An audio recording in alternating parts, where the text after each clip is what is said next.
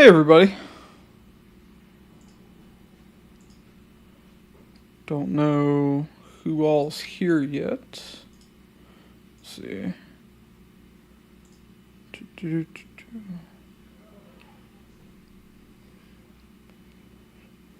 Hoping I didn't do, this live stream too late.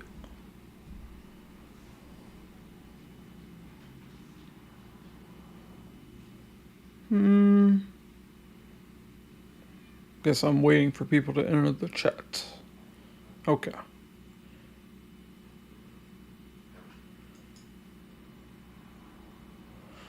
Well, when y'all enter is when I will speak.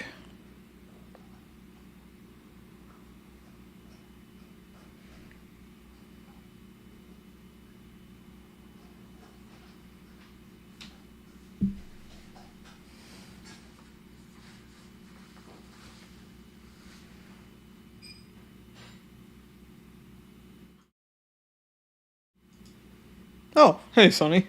How are you doing?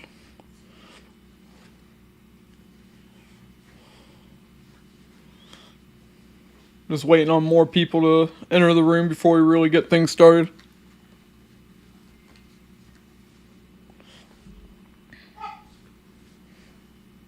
Also, Todd has decided to join the reading. Okay.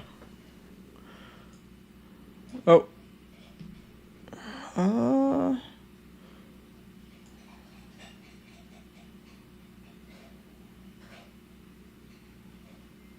doing good. Is the audio okay?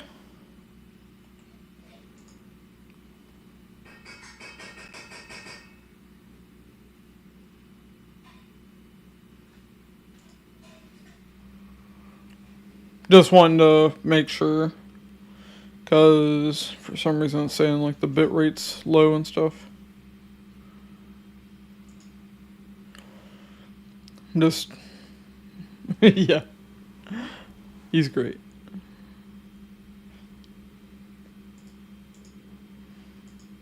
It's good or is it bad? I just want to make sure that audio's fine. Awesome. Is it lip synced okay? So I want to make sure this is working pretty quick into the live.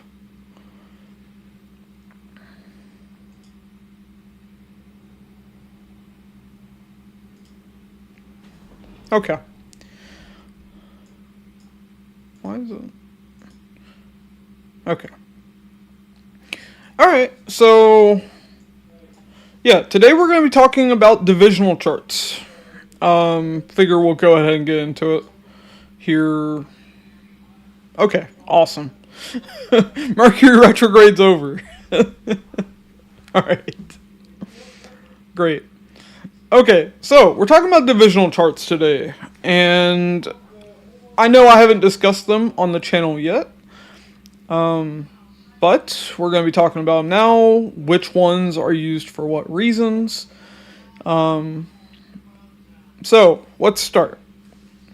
So first off, you have the birth chart, and then you divide up the birth chart by degrees, which requires math that I am no good at, but programs will do it for you. And then you get your divisional charts. So, there are a bunch of different ones. I'm going to pull up per light and show you all. So, I'm going to switch camera feeds here, so hold up.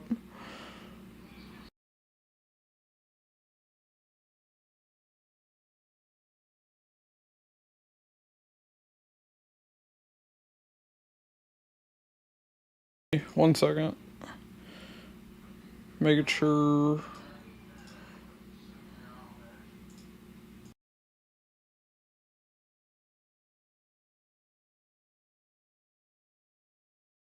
Camera activated. Alright, there we go. Alright. Okay. Y'all can hear me okay now? Now that I switched it over. Just want to make sure before I start talking.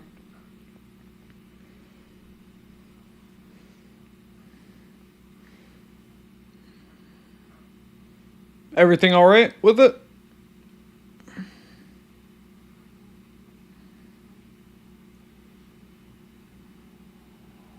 Just let me know.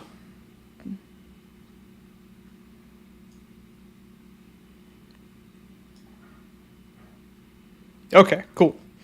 Alright, so here we have the birth chart and we have the D9 Navamsa chart. Now, let's see, I'm actually going to move my camera down because it's in the way. Let's see, might not be able to do that actually.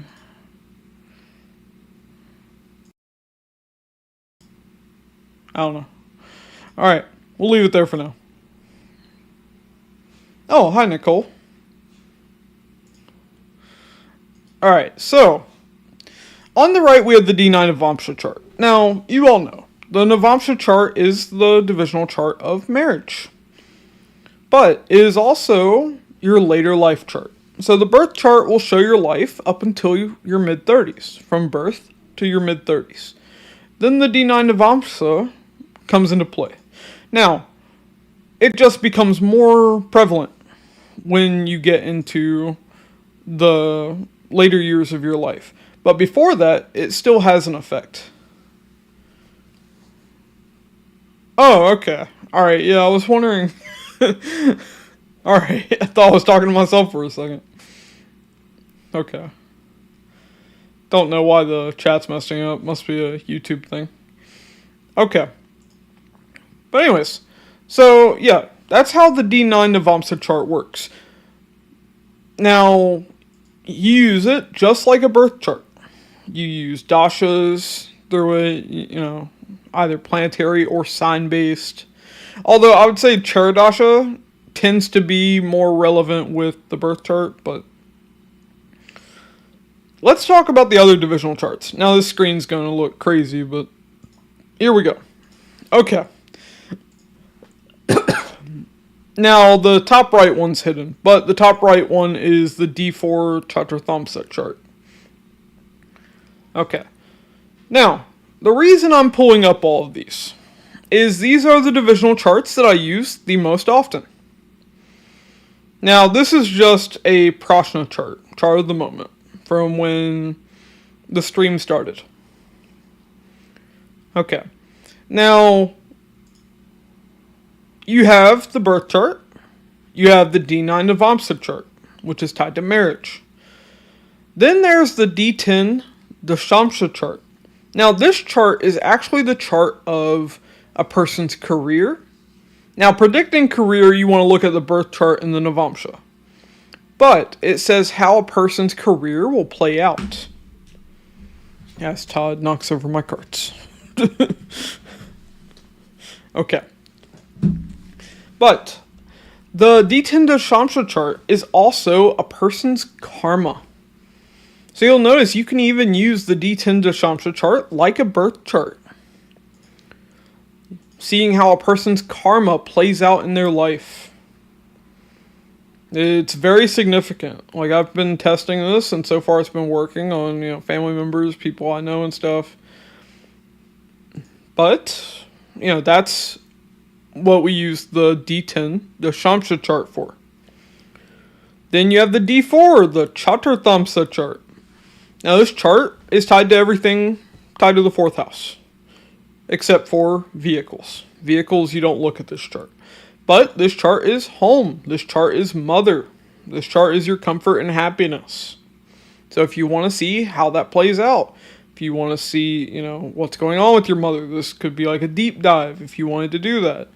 But if you want to see when you're going to get a property or a house, when you're going to move, you would use the D4 Chaturthamsa chart. Now, the D16, the Shodashamsa. This is the chart you use for vehicles.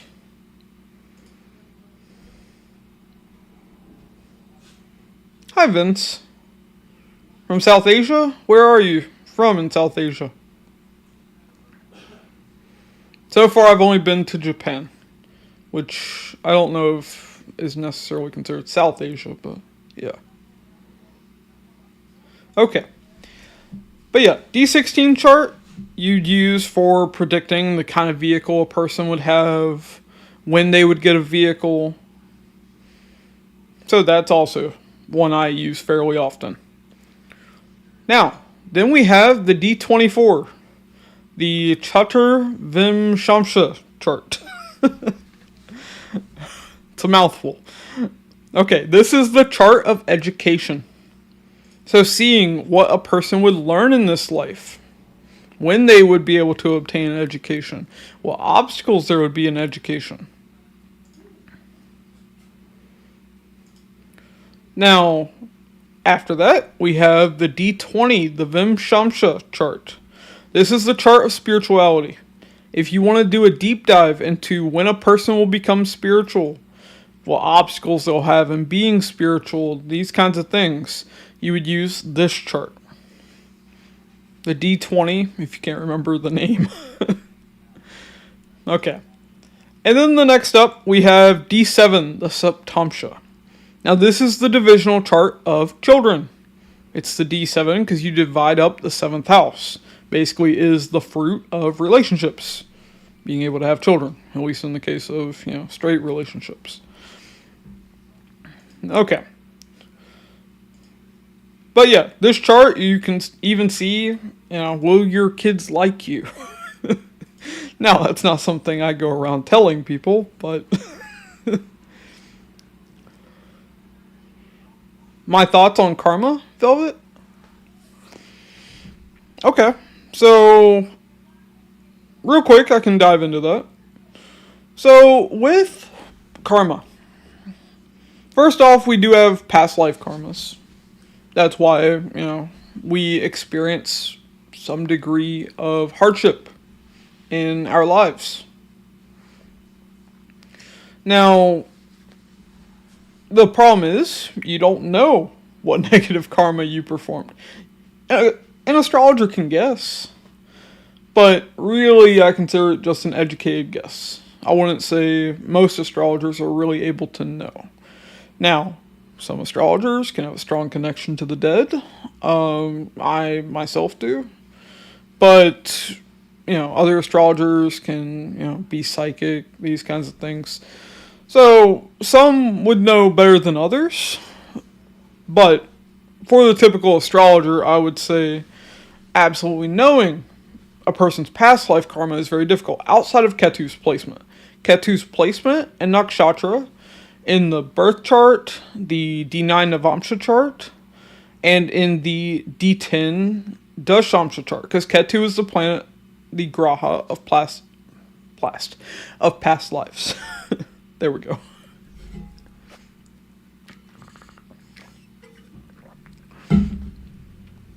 Now, that just shows a person's past life. But if you want to look at the planet of karma, if you really want to know a person's karma, the weight of what they will experience in this life, always look at Saturn. Saturn in the D1 birth chart, the D9 Navamsha chart. Birth chart will be early life. The Navamsha chart will be later life. But it will still play a part. And the D10 Dashamsha chart, because even though it's the chart of career, it's also the chart of karma. And then, of course, you want to look at the 6th house and the 10th house. 6th house is a person's unchangeable karma.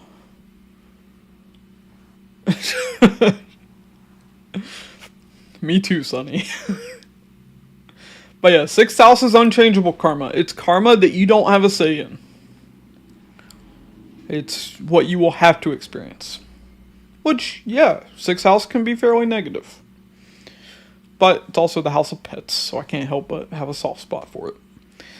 Now, 10th house. 10th house is a person's highest karma. It's the karma they have to perform for society. So, 10th house is also very important.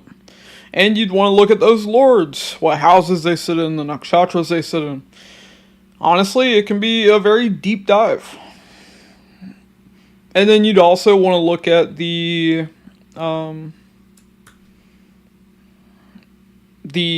life purpose technique that I do. Dharma, Artha, Kama, Moksha. Now this is kind of a complicated technique. I do have a video on it. The video is probably titled Life Purpose Technique. It's been a while. since I made that video. But that one's also very good for knowing a person's life purpose, the karmas that they'll have to perform in this life. In particular, the Artha Lord. Which, basically Artha meaning the nakshatra, that's the cusp nakshatra of a person's second house. You look at the lord of that nakshatra, aka constellation, and what house it goes into, what nakshatra it's in, what houses it rules. So it can be a very in-depth process. But, in general, be a good person. Don't be a shithead. Do good in this life, in particular for others. Like I always tell people, the height of spirituality isn't Pisces, the 12th house.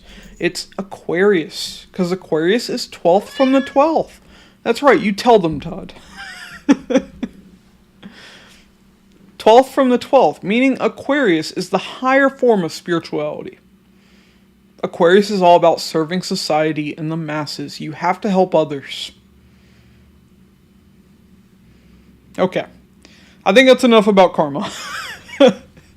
We got sidetracked and I went too far. My karma. Alright. Now, back to divisional charts. Okay, so D7 subtamsha, I mentioned it's children. Has some ties to romance, but romance, happens often enough that you really just look at the birth and Navamsha for that. Mainly the birth chart. Navamsha is more for committed relationships. That's another thing I forgot to mention about the D9 Navamsha. Here, we'll switch back to the big screen. Yeah, no problem, Velvet Moon. So, the D9 Navamsha chart, it also activates when a person begins living with a partner that they are in a sexual relationship with. So that is also when the Navamsha chart really heavily activates. This is why you notice when a couple starts living together, they start changing. There's differences. They start to behave more like their Navamsha chart than their birth chart. No, interesting. What do you mean, Nicole? Confusing, yes. Not interesting, I would say otherwise. Okay. Now, yeah, so let's talk about some other things with divisional charts. Some extra little tidbits here. Alright, so, with tripping over my words here. Alright, with divisional charts.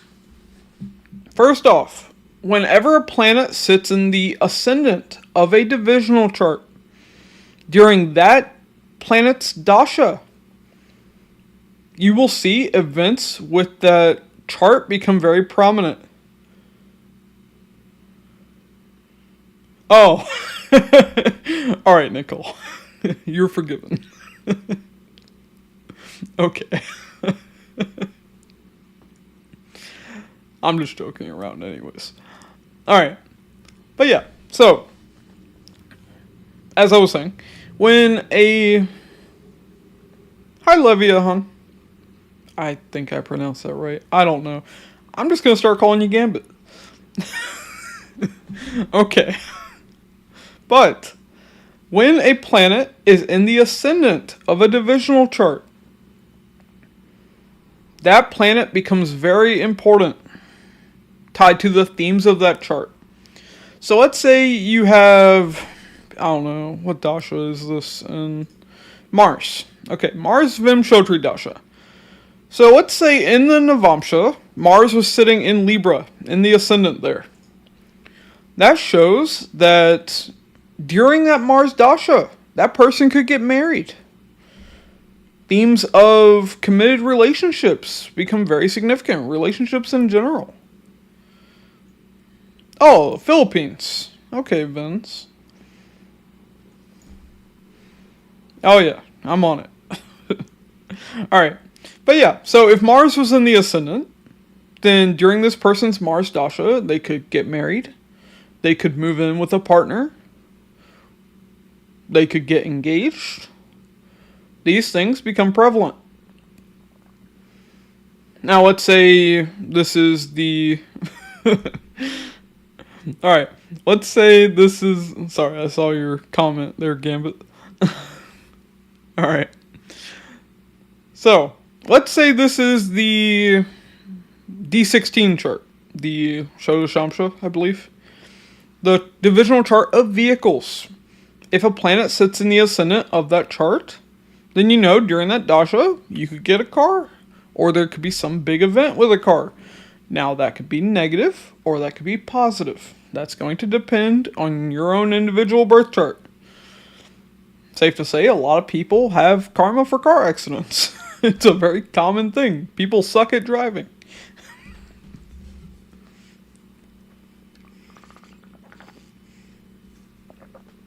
Okay.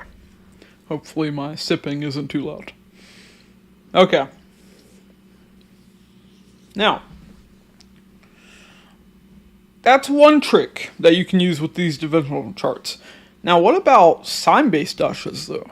Chara dasha, Gemini. Well, the divisional chart we have here is the Navamsha. So, Libra is the ascendant of this D9 Navamsha. Meaning, when this person runs their Libra Chara dasha, then yes, they could get married. Themes of relationship come alive. All those things become active during that dasha. And then you'd want to look at the sub-period and see if similar things are playing out. In the birth chart, the Navamsha chart, and then whatever relevant divisional chart. You always use birth chart and Navamsha first. It's when you want to do a deep dive. That's when you look at the relevant divisional chart. So like career, you would look at the D10 Dashamsha chart. What planet sits in the ascendant? Okay, during the dasha of that planet, career becomes very relevant. Or karmic actions a person must perform. It doesn't necessarily have to be career. Because the D10 Dashamsha chart is karma in general.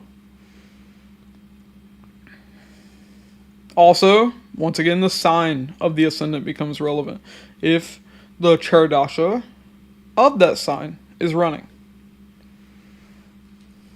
Okay, now another thing we want to see.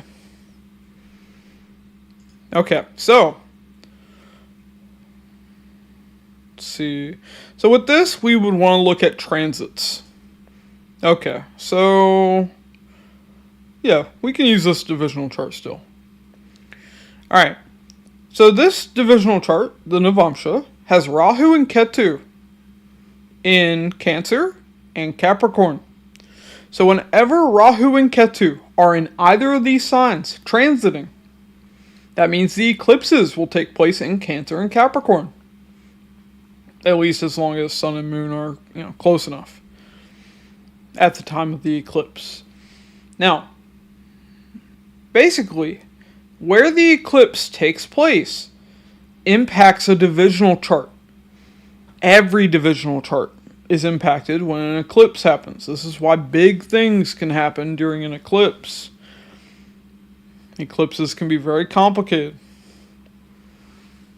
when you're looking at them astrologically and the impact they'll have. But when it's happening over the axis of Rahu and Ketu in a divisional chart, or in the ascendant of that divisional chart, big things happen, especially in the houses where Rahu and Ketu sit, or just in general, the chart as a whole. And then every single house of a divisional chart will have the usual meanings of the birth chart, but they also have additional meanings. Now, that's different for every single divisional chart, and it would take far too long to go into, and I'd lose most of you. Okay, do you all have any questions about anything I've mentioned so far? I'm going to switch back to the big view of me.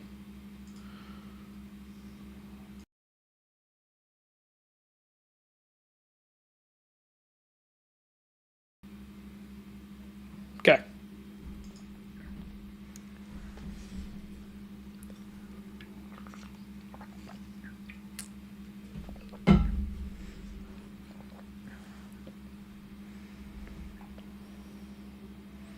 I just want to see if you all have any questions, if I lost any of you with everything I said.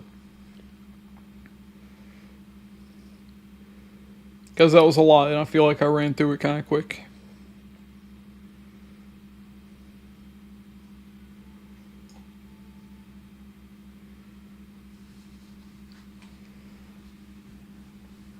Okay. So,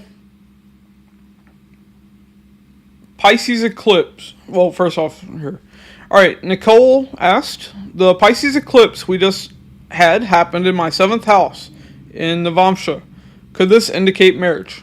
Okay, so that means you're a Virgo ascendant in the Navamsha. So, the ascendant becomes the most important when you're looking at eclipses and divisional charts. So, relationships will become prevalent for you when the eclipse happens in Virgo, which I believe will be this fall. So, if you're wanting a relationship, that's a good time. Okay, sunny days. One question. Do you find you resonate more with your Vedic chart opposed to tropical? Okay. So, this is very simple for me. Might be a little abrasive of an opinion for some. And that is, it doesn't matter what you resonate with. What matters is what is right and what is wrong. The fact is, tropical astrology uses the wrong mathematical calculations. They consider a planet, like let's say Sun right now is in Pisces. This is a great example. My Sun is in Pisces at 29 degrees in Vedic Sidereal astrology. In tropical, my Sun is in Aries. But that's wrong. And to put this in perspective, Sun is the father. So, does my Sun, does my father behave like Aries? Or does my father behave like Pisces? Well, my father was an alcoholic, and he was also a preacher. Sounds like Pisces, right? So, that's just an example, but really, it's the mathematical calculations are wrong for tropical. They're basically off because they don't calculate the movements of the stars over the years. So as more and more time has passed, tropical astrology has become less and less accurate. Yes. This eclipse hit my... Oh, well, first off. Okay, Nicole. Okay, thanks. In fall. So, our spring southern hemisphere. Oh, okay, so... My bad, I didn't know you were southern hemisphere. Alright, so Nicole, that would be in like September, October. Those months. I think September. And yes, the eclipse happened right near my Sun. I think it was in early degrees of Pisces, so it wasn't right on my Sun, but yeah. It was first house from my Sun, 5th from my Moon, and 10th from my Ascendant. Okay. There we go, Gambit. Yep. A politician? Gosh, okay. Alright, Sunny, I appreciate that explanation. I need to get a chart reading from you. All for it. My website is right there. Okay. Alright, any other questions about divisional charts? Otherwise, I'm just going to open it up to any questions. I just want to... I mean, really, it's kind of open to any questions now, but... Just... This was a topic I thought you all would find interesting.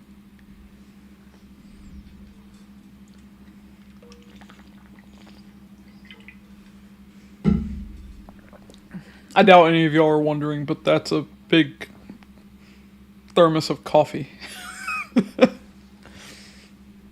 I do a homemade cold brew decaf frappe, basically. Although I use like a bunch of healthy stuff. I'm on like a low carb diet. I'm trying to lose weight. I'm working on it. It's hard. Y'all don't want to hear about any of this. I'm just waiting for chat to roll in. And I talk a lot.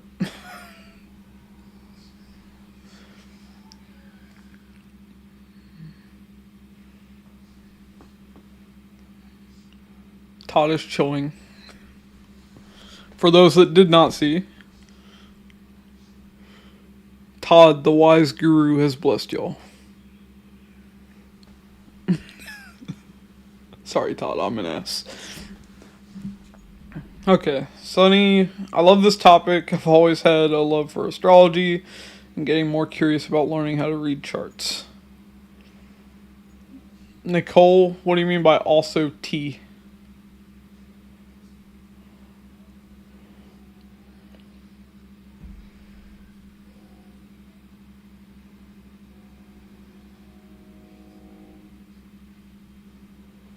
Yeah, astrology can be a lot of fun though, Sonny. When you get more into it, there are some negative things that you learn, but that's really when you like go to school to be an astrologer.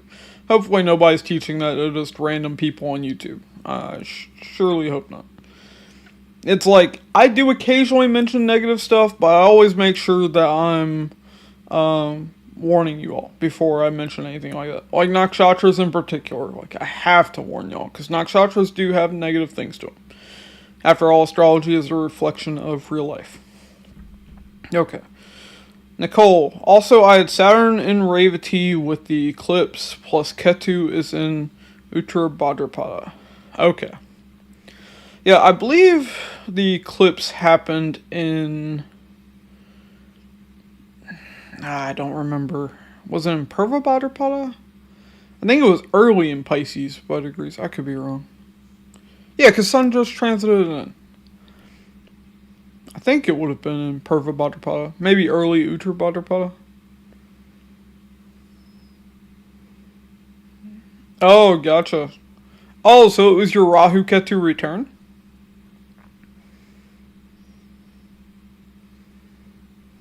Yeah, one thing you'll notice with Rahu Ketu return, it's always very karmic. There will always be some like unusual or like very significant like circumstances that take place, especially tied to like past lives and stuff. Can also be a very spiritual time.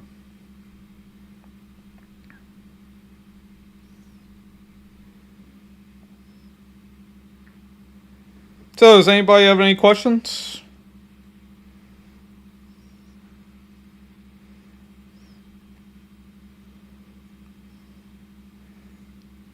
Or, anything about divisional charts that y'all want to know more about?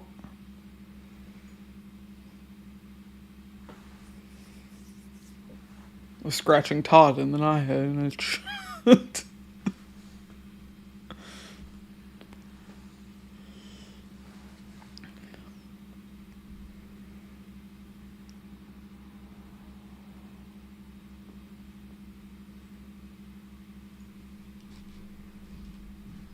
See you later, Todd.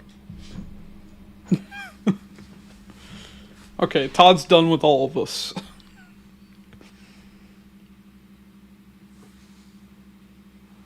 And left all of his hair. Okay. Alright, see you later, Sonny. Nice chatting.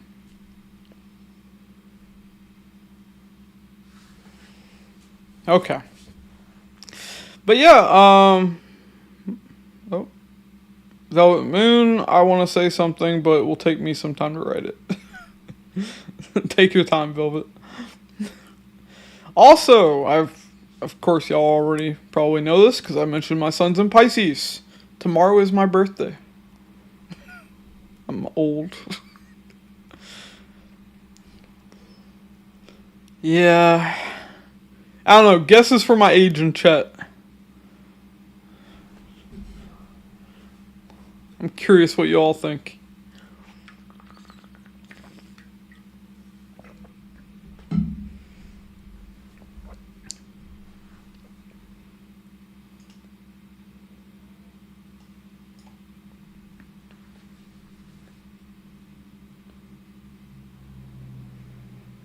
I swear, I can't tell if chat's lagging out or y'all just aren't typing. Thank you. Yeah, I'm just gonna be chilling, playing video games.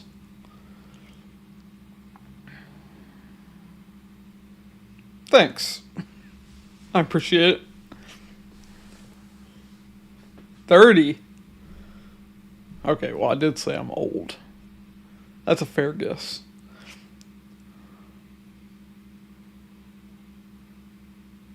Can you get your reading? Alright, first off, I think that's Japanese. I don't know how to read Japanese. I'm working on learning to speak it. Eventually, I'll learn to read it, probably.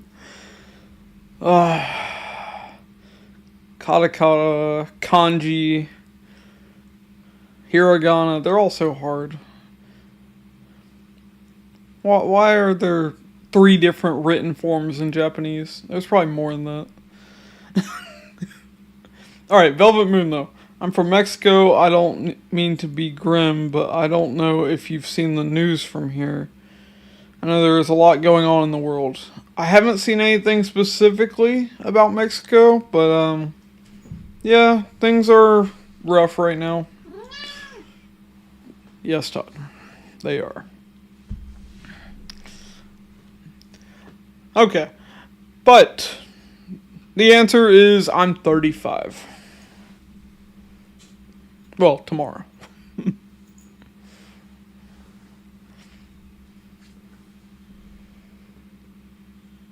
Okay. Velvet Moon. I have Rahu and Purva Bhadrapada, and recently news came out about cartels doing the most horrible things. I know Purva Bhadrapada goes hand in hand with this themes. Like a real hell on earth. Okay. Okay, so first off, I can't really, say a lot about this. Yes, you remember. You remember Gambit. I do like Magneto. Okay, but yeah, okay, so Purva Bhadrapada. Purva Bhadrapada is tied to satanic themes. Okay. Japanese character person. I'm a guy. I'm an androgynous looking guy. Okay. But yes, so Purva Bhadrapada does have themes tied to satanic themes, hell, demons. Purva Bhadrapada is tied to protecting or harming children. It's also tied to cult ideology.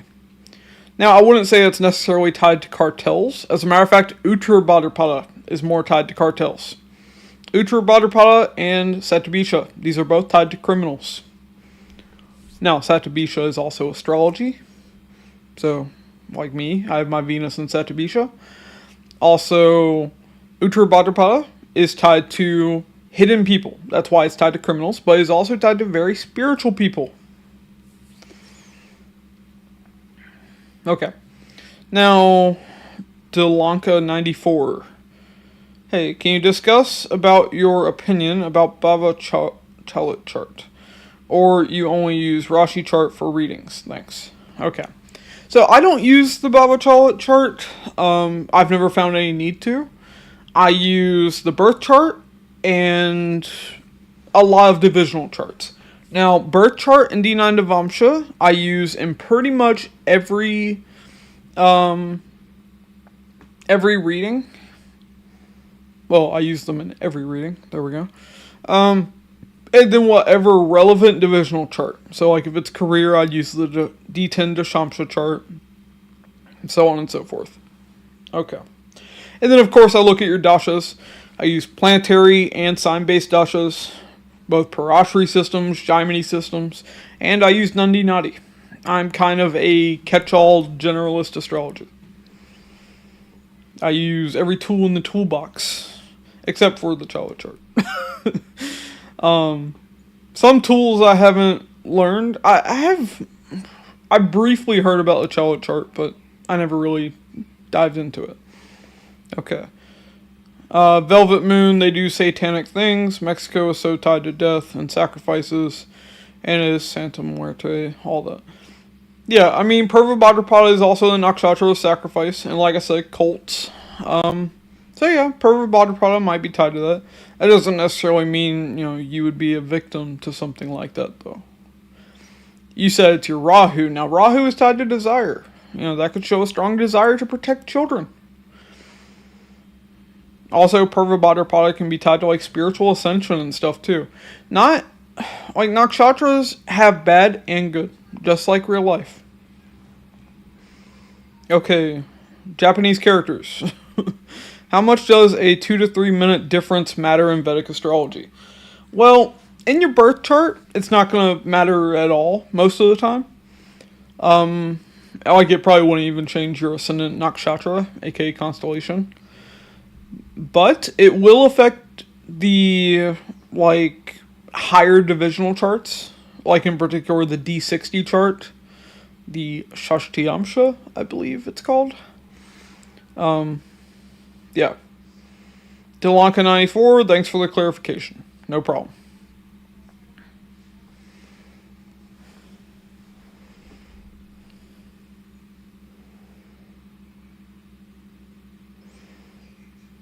Okay. But, I mean, it should, like, that is a chart that I almost never use, though, because it is so easy to be off. I mean, it's off, like, every 2 to 3 minutes. That's why I often don't use that one. Do I see Rahu and Venus in 12th house in the sign of Pisces as good or bad? It's a mix. I mean, for one, you might have addiction issues if you have that. Especially if Moon is connected to this. Alcoholism could be an issue. Now, especially if it's in the nakshatra of Uttar Bhadrapada. Those addiction issues can be there. Also, this can show, a relationship in a foreign land or with a foreigner. Alright, Velvet Moon. How can one thrive in hell? No, it's about purification too, but I guess you'll understand better if you knew more deeply that is what is really happening here. But thank you for your insight. Okay. So, trying to think how best to address this. Alright. First off, we're in this life to pay off our past life karmas. Now, that doesn't mean I expect people to suffer. My motto, the motto of my business, is challenge your fate. I do not believe you should just keep suffering. I do believe you should challenge that. You should try to change things. So, in your case, if it is an option, like for instance, there are certain places in your chart that show you would thrive in a faraway foreign place. So, like, for instance, you live in Mexico, like traveling to Brazil or something like that. Moving to Brazil, moving to the US, moving to Canada, like these kinds of things. Moving away from your birthplace can bring about major change. For instance, if you're dealing with the negative traits of the 12th house, like loss, like addiction issues, like hidden enemies, those things become easier. They kind of dissolve when you live in a faraway and foreign place. Also, you'll notice wherever Pisces sits in your chart, those houses, that house becomes easier when you live in a foreign place. Because now you're embracing Pisces. Okay. Okay. Japanese characters. Would you say fate is written in planet reading or free will? Okay. Once again, this ties back to my motto. Challenge your fate. So, there are certain things that are fated. Like a good example is the person you fall in love with. The people you fall in love with, it tends to be just kind of a gut reaction. Like you just feel a connection. Or eventually that takes place. But you have free will.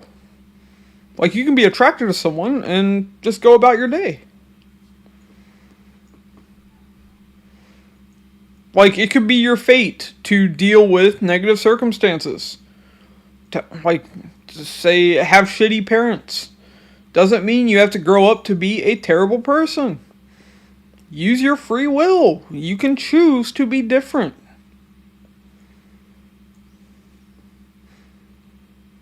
Like, I strongly believe in free will. Now, not everyone agrees with that, especially in the spiritual community. But, yeah. Velvet Moon. I'm a Revati moon conjunct Venus. So, I'm really scared, really, from what I've seen all of my life. Thank you. Okay. Well, Revati, I mean, just knowing your moon and Venus and Revati doesn't really tell me a lot. Yeah, but you're welcome though, Velvet Moon. Hi, Tapestry. How are you doing? Welcome to the birthday stream. And talking about divisional charts. Also, Todd came back. I forgot to tell everybody. Y'all probably saw him in her.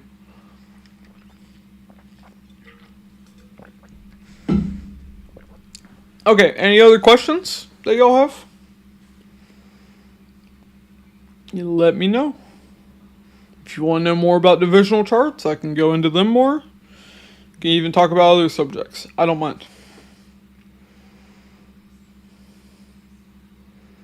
I don't know.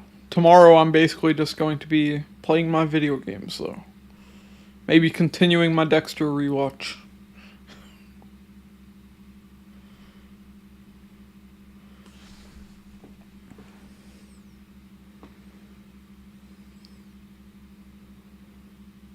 Okay.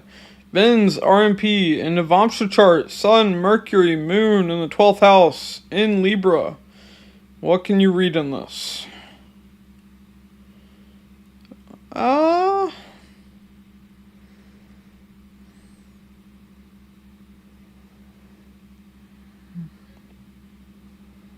see, so that means you're a Scorpio ascendant?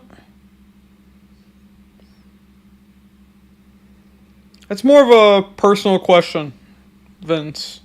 We're trying to keep this kind of general.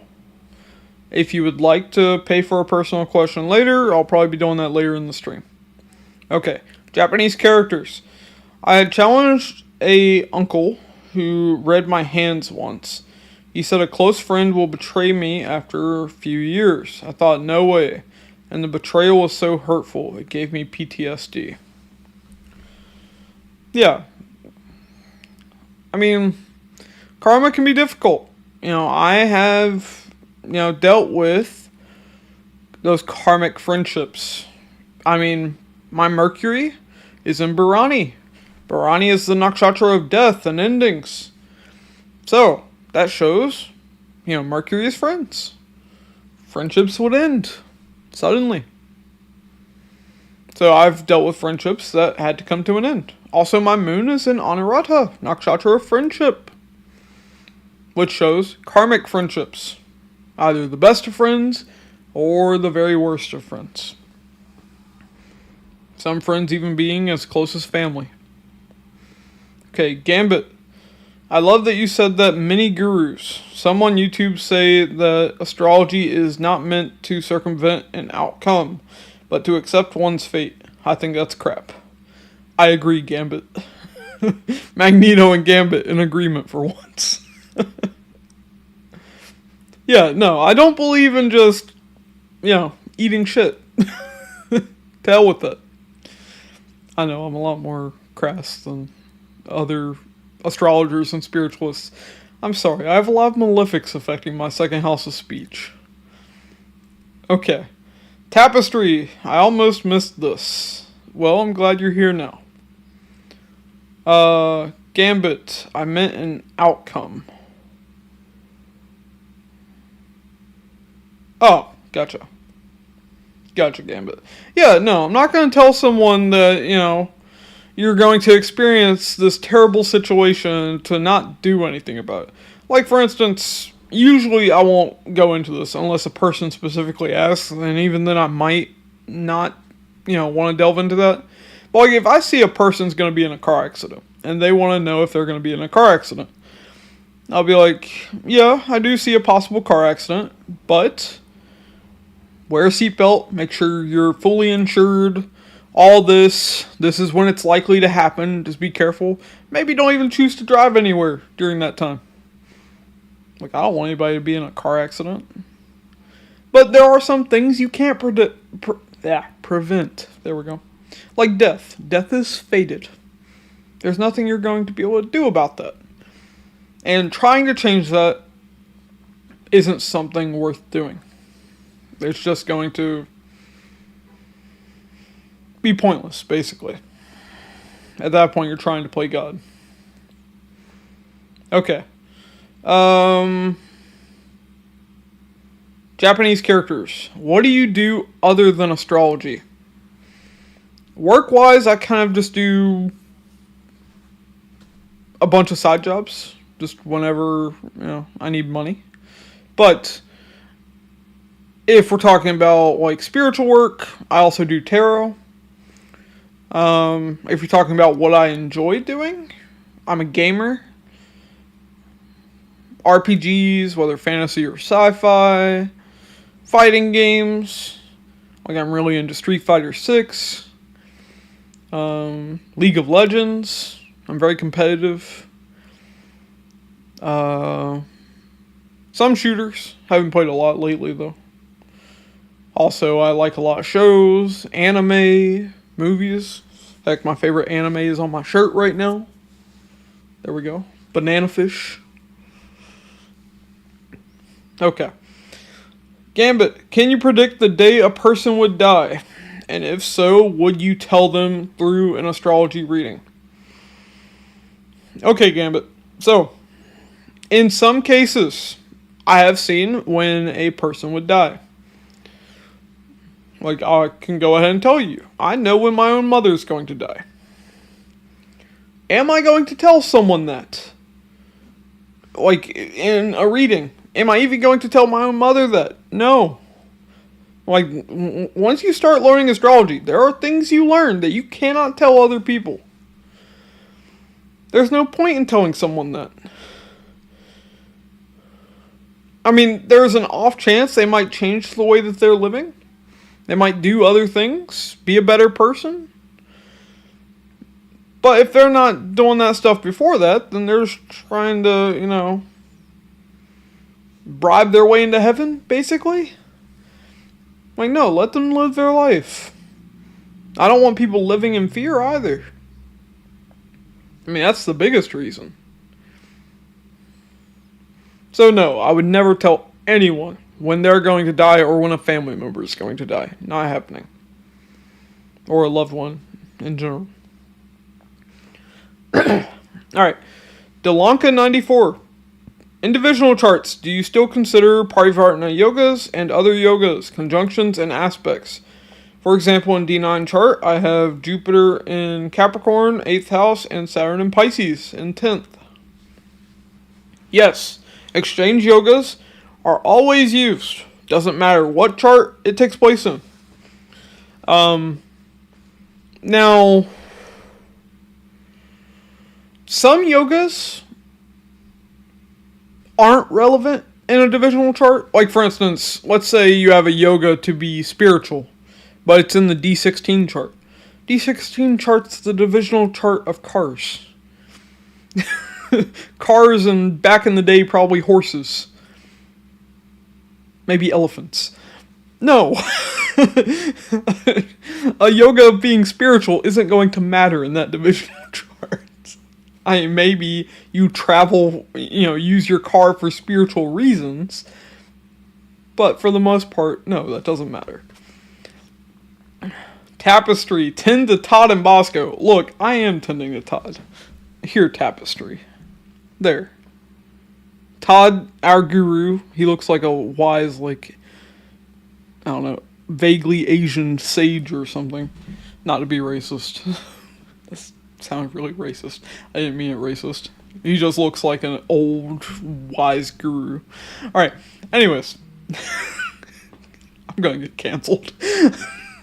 Alright. Bosco, though, has been busy serenading a wild female cat who just had 4 kittens that we are feeding on our doorstep. Because she has decided to have her kittens on our doorstep. Yeah. So he constantly yowls at her all throughout the day, even though he's fixed, and that's not happening. Okay, Nicole. I went to an Indian Naga astrologer, and the first thing he told me was when I was going to die. Very unethical. Yeah. So, ethics and morals are very important. It doesn't matter what work you do.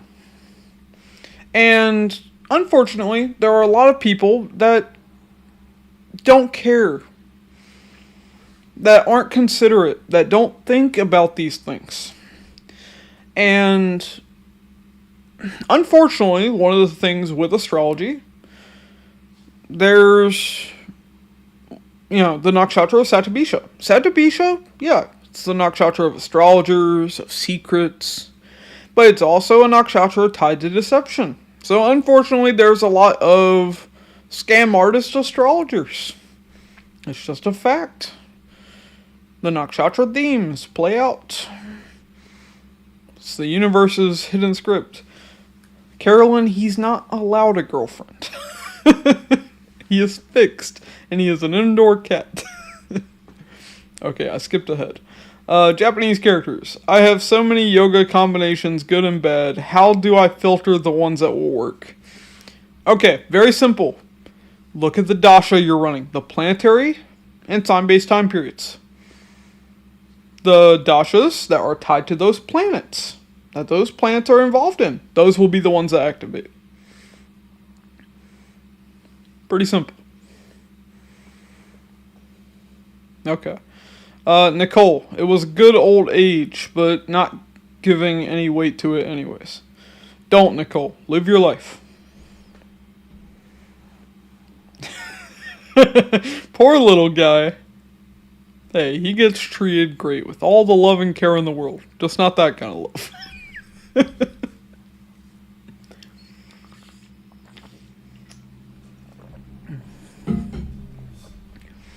Okay. So one thing I forgot to mention in divisional charts. I'm going to mention it real quick here as a side note.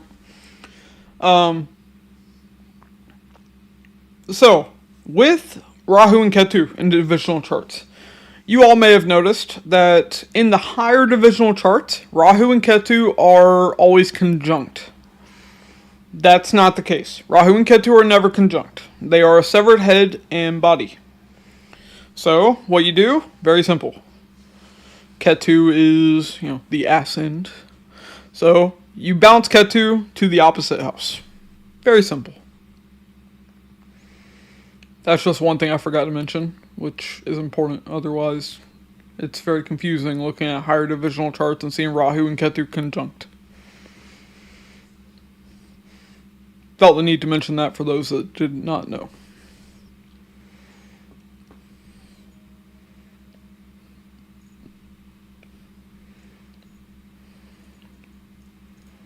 Okay.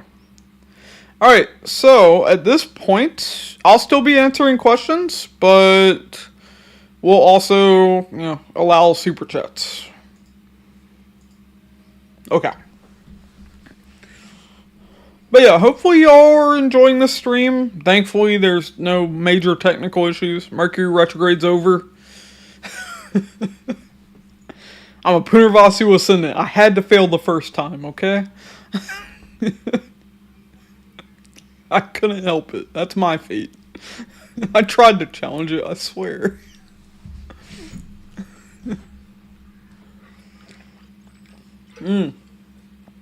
Okay. Japanese characters. My Jupiter is in the 4th, but it's retrograde. What difference does it make? Okay, so, very significant. First off, Jupiter is you in Nandi Nadi. Jupiter is the biggest themes of your life. So, Jupiter in the 4th house, mother, home, land, vehicle, comfort, and happiness. These become the biggest themes of your life. But because it's retrograde, at the age of 31 onwards, Jupiter's going to behave like it's in the previous house. So later in life, 3rd house becomes more relevant. Now, 3rd house has a lot of damn meanings, but younger siblings, cousins, neighbors, media, communication, marketing and sales, travel, writing, skills, learning, arts and sports.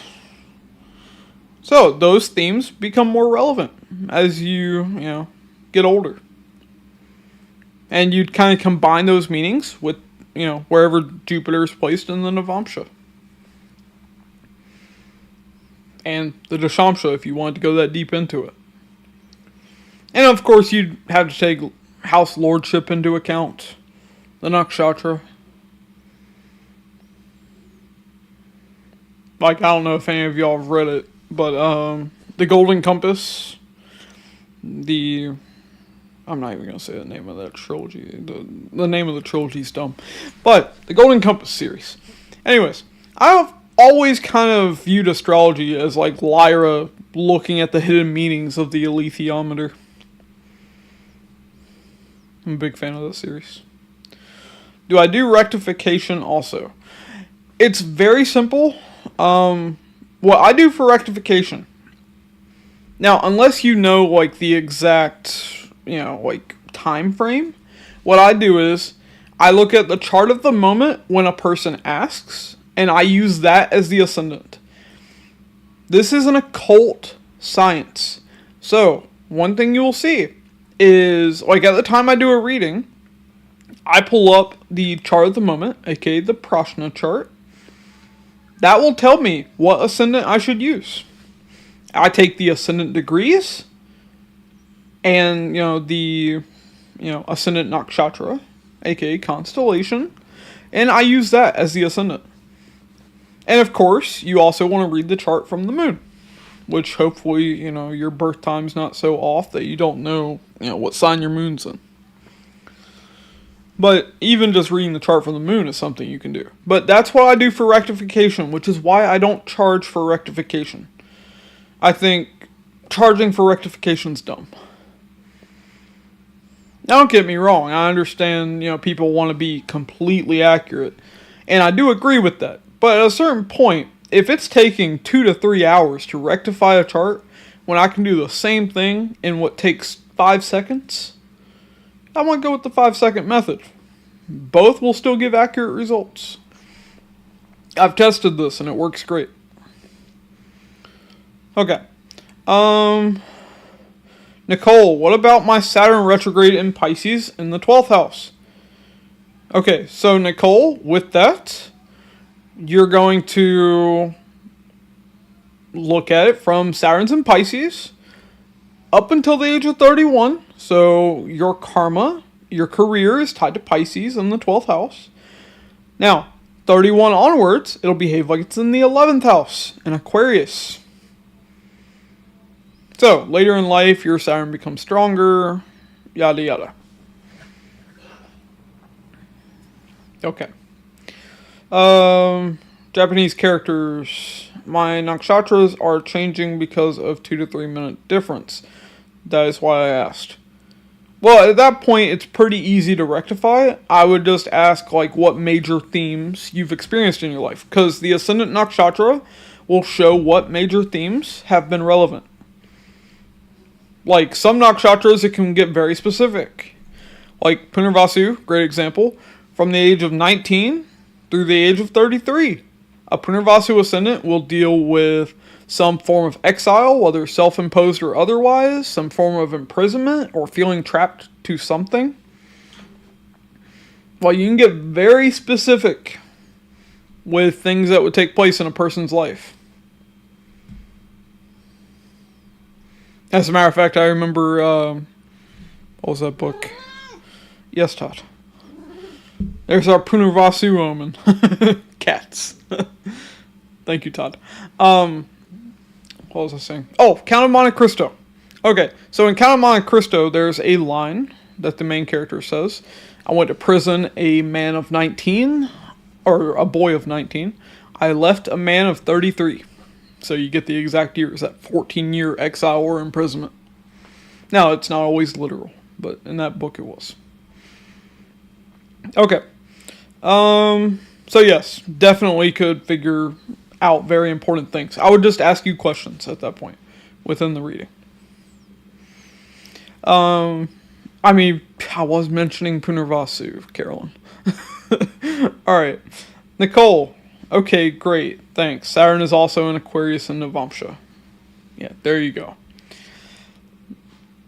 Okay. Yeah, you'll notice, like, even the energy of, the planet will behave more like the sign it retrogrades, into. Essentially, you would read it like it's in that previous sign and house from 31 onwards. So, you have Saturn in the 12th house, retrograde, in Pisces, but later in life, it behaves like Saturn in Aquarius in the 11th house.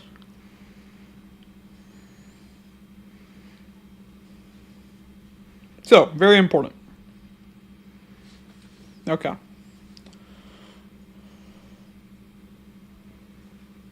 But yeah. Oh, and just so y'all remember, if anybody wants super chat a personal question, no problem. Alright, but anybody else have any questions? Okay. Japanese characters. A very important question. I have seen many people who are lucky and still do evil and cruel things, yet they get away with it. But when I do something, I pay for it later. Hey, don't be jealous of them. They'll pay for it in the future. Whether in this life or the next. Karma's a bitch. And it definitely comes around.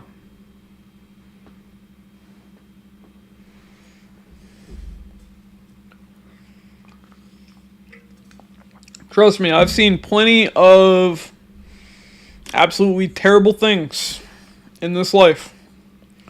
And you can just imagine, what a person that does those terrible things will go through in their future lifetimes.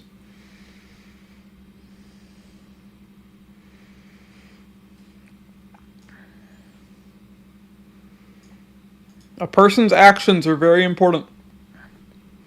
And even a person's inaction. I remember hearing a story months ago about a woman who was lit on fire in a New York subway. The police just watched, did nothing. Bystanders just watched, did nothing. They even filmed it. Those people will pay for that karma in future lifetimes. If any of those people had stepped in, that woman would have lived. Instead, she died. I had a friend. His mother worked at Walmart. She ended up having a stroke in the middle of Walmart, right in front of the registers. She had fallen on her back, and no one helped her. She ended up drowning on her own bile because no one would simply walk up and turn her over on her side. People can be terrible, and even just standing by and watching terrible things happen, that will result in negative karma. Sorry to make the stream so dark. I'll change topics.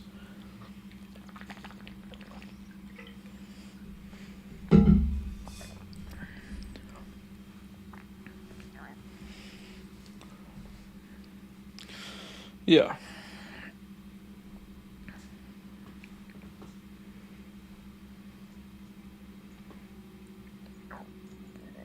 Yeah, people are messed up. And this is why I say, this is going to sound like a pessimistic view, but people aren't inherently good. That's a lie. People are inherently selfish. Now, there are some people that will do good. And if they aren't at risk of harm or something, they may do good. Or if they think there will be some reward, they'll do good. But most people just stand by.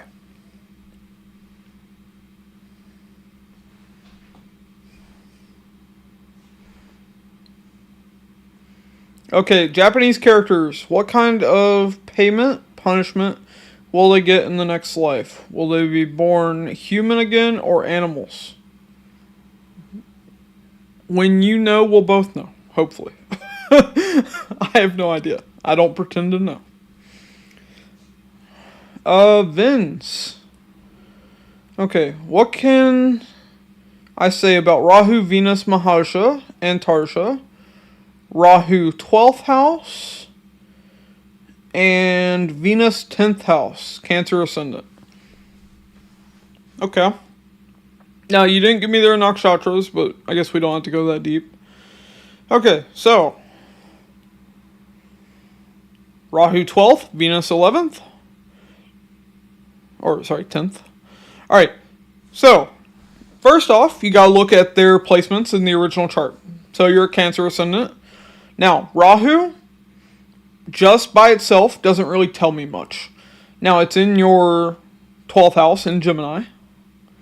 So, I would need to know where Mercury is. Can you tell me that? You don't have to super chat. Just say it in chat, and I'll add more detail to this. I can't really say much about it otherwise. I have to know that. So, just type that out, and I will answer your super chat. But I do appreciate the super chat.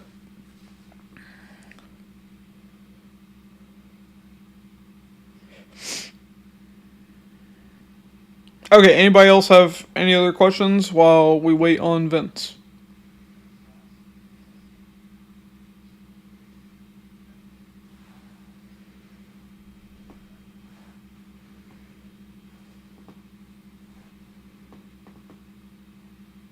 Vince, if you want to add the nakshatras too, I'll go into more detail. Okay. Mercury in the 9th house, debilitated with Sun. Alright. Thank you. Okay. So in the 9th house, Mercury in Pisces. Gotcha. Okay. So, Rahu in the 12th house, the dispositor of Rahu in the 9th house, travel becomes very relevant. Travel, spirituality, religion, but mostly spirituality, because Rahu is the main Mahasha Lord. Also, you could come across a foreign guru, mentor. But definitely, foreign travel becomes very relevant. Now, you could experience some losses, possibly. Rahu is going to make you kind of a rebel. Meaning, because the dispositor is in the 9th house, your religious views, your philosophical views, your legal views even, will change. They'll be more outlandish, more rebellious. Now, Venus in the 10th house, that would be in Aries. Okay. So, first off, career becomes very relevant with that. Now, Venus rules your... Let's see. 4th and 11th house as a Cancer ascendant. Okay, so that clearly shows comfort and happiness through your work. You will gain through your work. Now, you're going to have to dedicate more time to your friends. They will benefit your work. Now, this might detract from some of your free time, though. Because you're having to help those friends. You're going to have karma that you have to help them. Also, same thing with elder sibling. Elder sibling can help you in your work, especially an older sister if you have one. Because Venus is women. Now, you also want to look making Rahu the ascendant. So, making Rahu the ascendant, Venus will go into the 11th house. Meaning, financial gain takes place during that time. Now, with Rahu being in Gemini, that puts your Venus in Aries. So, from Rahu, Venus will rule your 5th house and 12th house. So, you may invest in the stock market. your desires tied to romance could take place. Now, I don't know if you're male or female, but either way, Venus is a time of relationships. You get into a relationship with a friend during that time as well.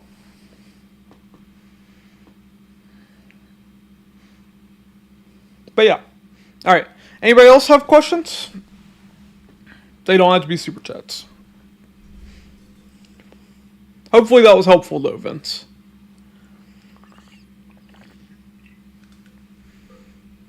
And thank you for the super chat.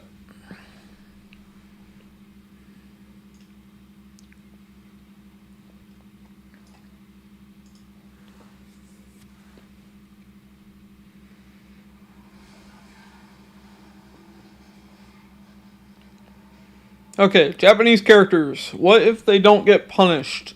Samurais for a long time are peasants. Okay. Killed their husbands, children. This was considered usual activity for a long time. Okay. Like I said, they don't always get punished in this life. I mean, look at Trump. Perfect example. Not to get political with this, but Trump was, convicted of R-ing a woman. Yeah, he's president. Even became president after that took place. After that was known. So, that punishment doesn't always happen in this life.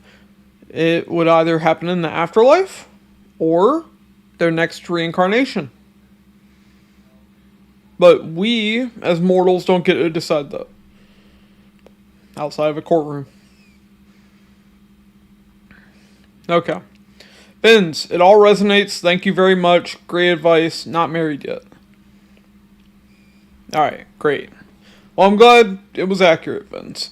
And yeah, best of luck in your Rahu Dasha. Be careful with those investments, by the way. Rahu can make you confused. That's what Rahu does. Okay. Nicole, what kind of things can you see in D10? Okay. So, the D10 is a person's career and their karma. So, let's look at the karma aspect. So, you can actually read the chart as a birth chart. What karmas they will experience in their life. How will their marriage be? What karma do they have to perform in their marriage? You can see, how their relationship will be with their siblings. What karma they have to perform tied to siblings. Karma tied to the mother, tied to the father. All the aspects of karma they must perform in their life. And you also see the ultimate karma of how their life's playing out. But you also see things tied to work. How's their relationship with their managers, their bosses? What kind of mentor do they get in their career? How's their relationship with their coworkers? You can see a lot. D10 is very important. I consider it the third most important divisional chart. Because it's relevant to all areas of life. From my testing so far.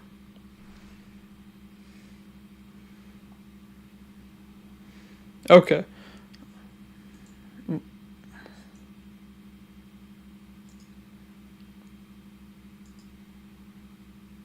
Let's see. Carolyn, I've heard they pay in the next lifetimes or afterlife. Yeah. I mean, that's my belief. Sometimes, though, I've seen negative karma play out in this life too. It really depends.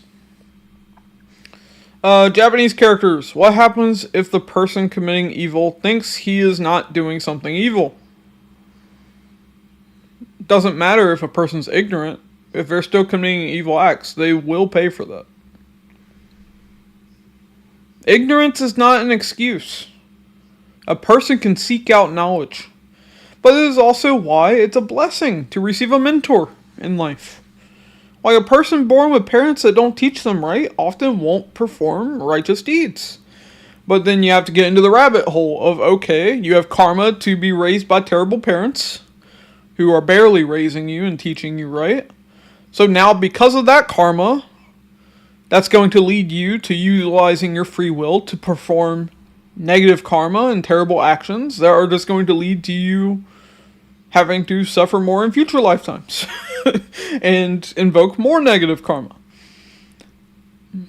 Becomes a very difficult thing to, really properly judge.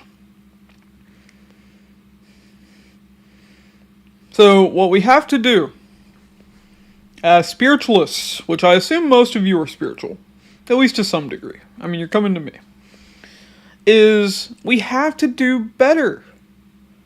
We have to teach people, to be better. And that doesn't mean to be self-righteous. That doesn't mean to be preachy. It means to help them do what's right. To help them be more accepting of others. Back to politics again for a second.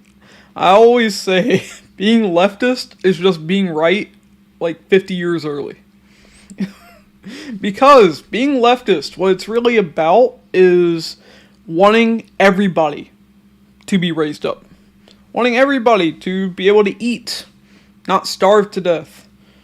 To be able to live a decent life, not be oppressed, not suffer. Have a home. Be able to, get married, have a family, if they want to get married and have a family. But yeah. We have to guide them. We have to help other people wherever we can. And if we see wrong being done, we can't just stand by and watch it happen. We have to be better than that. Okay. I've missed a lot of questions. I've been ranting. Okay. Japanese characters. Why is there a time gap before karma gets distributed? Okay. Could be it's not your karma to experience your punishment yet. That is meant for a certain time. And we don't get to decide that. As much as we may want to. Unless, of course, you're going to become a vigilante. In which case, I disavow. Okay. Carolyn. If someone is mentally ill and commits a crime. How do you see mental illness? Okay. Well, first off, a mentally ill person is someone, that has a health issue, of course. Now, whether or not, that health issue is the reason they committed a crime, I don't think I'm the one to be able to judge that person. Be able to properly judge that person. You gotta determine, were they, responsible?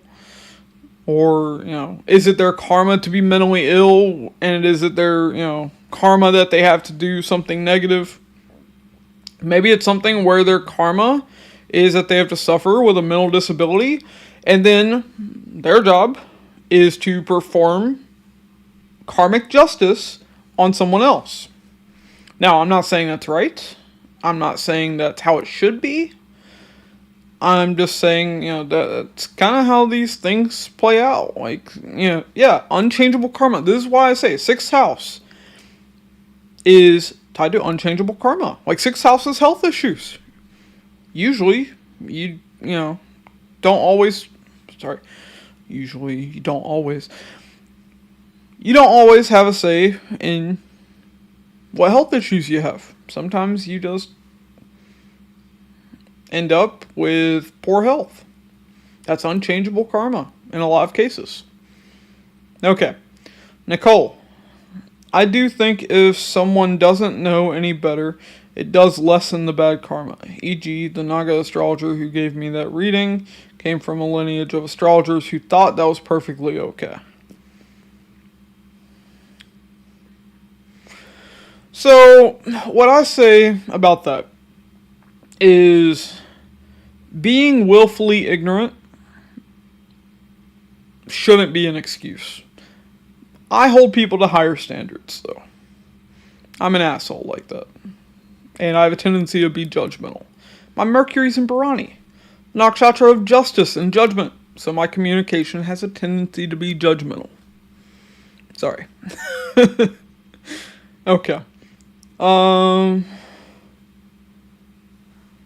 Okay, Ashanti, your message was retracted. I don't know why. As a matter of fact, it won't even show me what the message was. Maybe you didn't mean to type something. Okay. Japanese characters, Ketu in the 6th. Ketu in the 6th, you'll experience unusual diseases, unusual health issues, possibly tied to past life karma. Separation from maternal aunts and uncles will take place. You'll feel a disconnect with your coworkers. Depending on other influences, you may have a strong connection to dogs, possibly even fish, because Ketu represents these animals. Also, that shows your Rahu would be in the 12th, possibly a strong desire for spirituality and foreign travel. Okay. Ashanti, your messages keep being retracted. Once again, I don't know why. I was about to read it, and it disappeared. Vince, Japanese character, I also... I hate that that's what I'm calling you, but I cannot read that. I'm sorry. Alright, Vince, Japanese character, I also have Ketu in 6th, Rahu in 12th. Yeah, that tends to be a very spiritual placement. Now, it depends on where the dispositors go. With Rahu and Ketu, you always need to know where the dispositors are, both from the ascendant and from the moon. And even when they're the Dasha Lord, making them the ascendant, then you have to look at where they go. Also, where does the Nakshatra Lord go? All of that becomes relevant. Very important. Different C. Damn keyboard. Carolyn, you're still being affected by Mercury retrograde. Okay. Ashanti, hi. Am I allowed to ask a question? Can I tell if your marriage will happen this year? For personal questions, you can super chat one of the amounts here. That's an astrology question, so $50. And then I will happily answer it.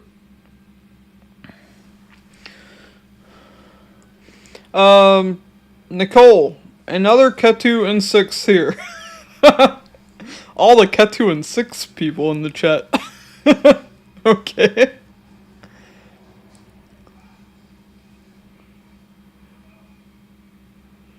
Ashanti, I already answered. If you want a super chat, I will gladly answer it.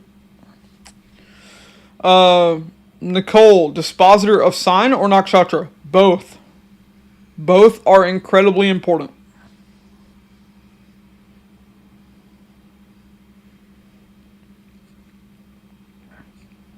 I don't know, Gambit. I'm too afraid to risk it. They are now known as Japanese characters.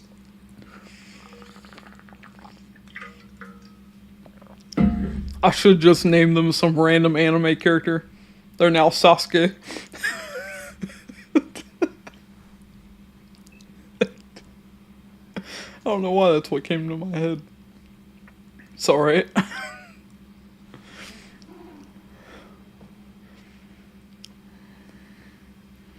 Alright, any other questions that y'all have?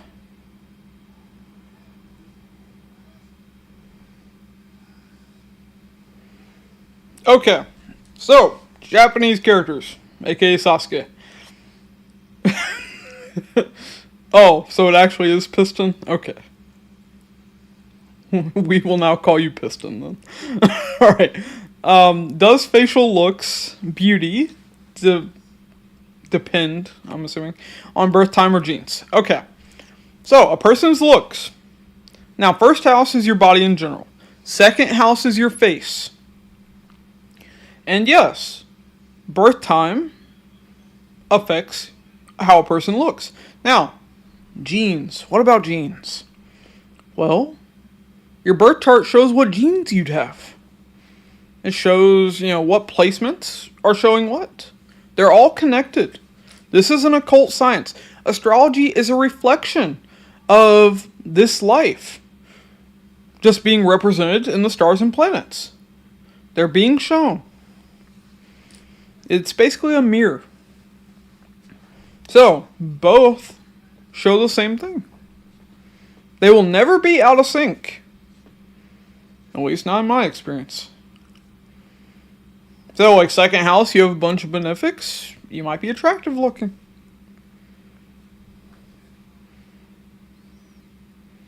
Or if Mars is in your first house, you'll be physically fit. Most likely. Or you'll get to that point. Okay. Ashanti, your message was retracted again. So, I don't know what to tell you.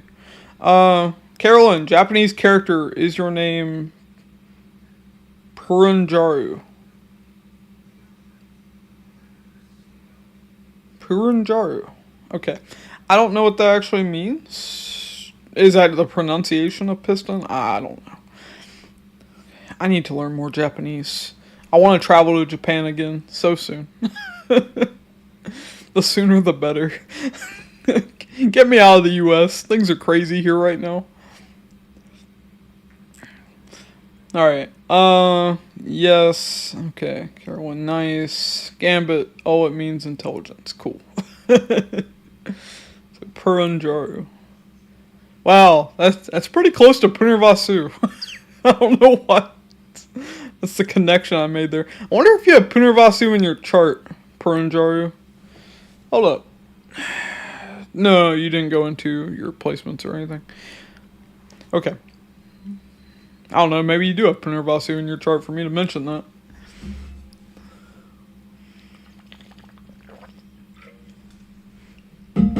Does anybody else have questions, just in general? Or do y'all have any questions about divisional charts, the original topic?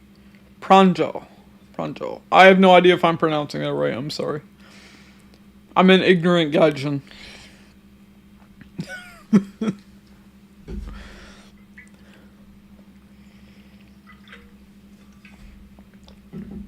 Are you an anime fan, Pranjal? What's your favorite? If you are. Bye, Todd. Todd must not be an anime fan. That's a damn lie. He sits here in my lap all the time while I watch anime. Yes, Carolyn. Okay, nice. It's nice to meet you. It's nice to meet all of you. Thank you for coming to my birthday stream.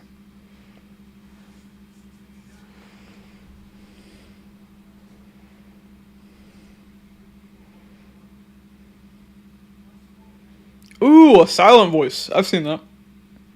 Nice.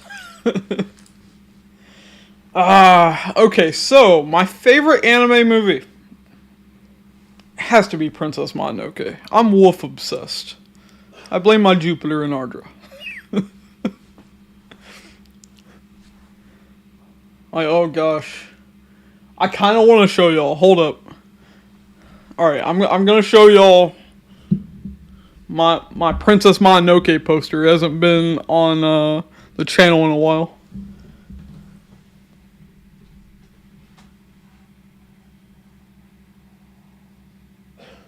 There we go.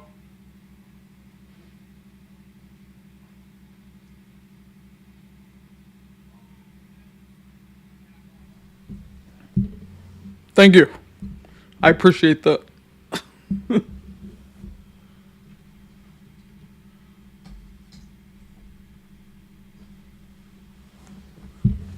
Okay, that's enough Princess Mononoke.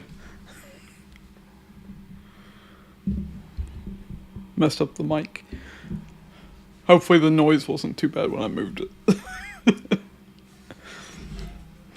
I'm a diehard fan of that movie.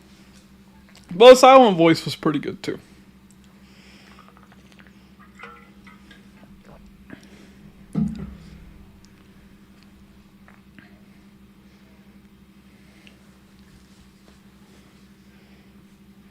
Overlord. Does Overlord have a movie? I've seen the anime. All, I think, 4 seasons.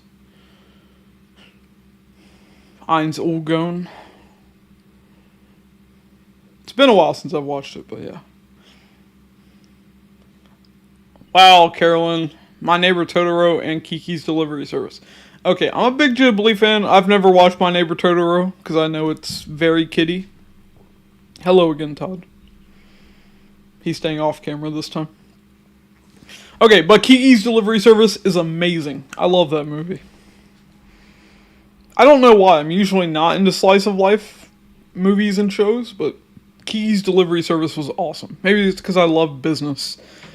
Like, seriously, I started my first business when I was 9. Hello, Todd. I would deliver newspapers for...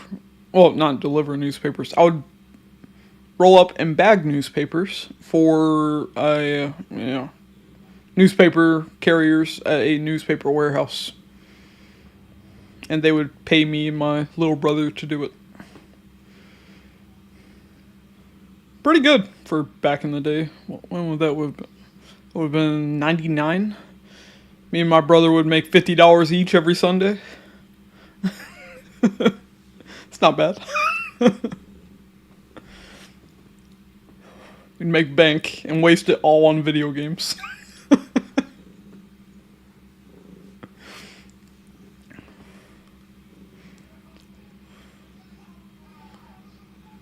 I'm a diehard anime fan, Carolyn. I just said I bagged newspapers for newspaper delivery drivers. We would roll them up and bag them, me and my little brother, who was 7 at the time. I did that from 9 to 15 years old. Remember, it sucked because every Saturday we had to go to bed by like 10 p.m. Had to be up by like 1 a.m. in the morning on Sunday. Basically no weekends as a kid. It's like Friday night was it. But yeah, no, I did a lot of side jobs when I was a kid. Bagged newspapers, raked and mowed lawns. Actually did a little lawn care business when I was like a teenager. Pet sitting and dog walking. I was a little entrepreneur. I ascended Lord Mercury in the 11th house. Had to gain through business. Okay, Samurai X. What's the other... Oh, Rurouni Kenshin, right? That's the other name for Samurai X? I think that's right. Yes, Gambit, that's incredible. I actually, the Blood and Betrayal movie was so good. It's the best part of Rurouni Kenshin. Oh, you're good, Carolyn. Maybe that's why Todd showed back up. I had to repeat things. For those that want to discuss astrology, we can still discuss that. Yeah, Rurouni Kenshin's great. I can't remember the name of the, of course my favorite character in it would be the wolf samurai guy. He's the leader of the police. Or like a sergeant of the police force or something. Can't remember. Like Blue Wolves or something. I don't know. It's been a long time since I watched Rurouni Kenshin. Kokoru. What's the English name of Kokoru? I may not know the Japanese, but I might know the English one. I started watching anime early. I didn't even know what anime was when I started watching anime. I can't remember if my first one was Dragon Ball Z or Zatch Bell. Japanese for that. Kanjiki no Gash Bell. Either way, lightning and anger had to have the Ardra themes.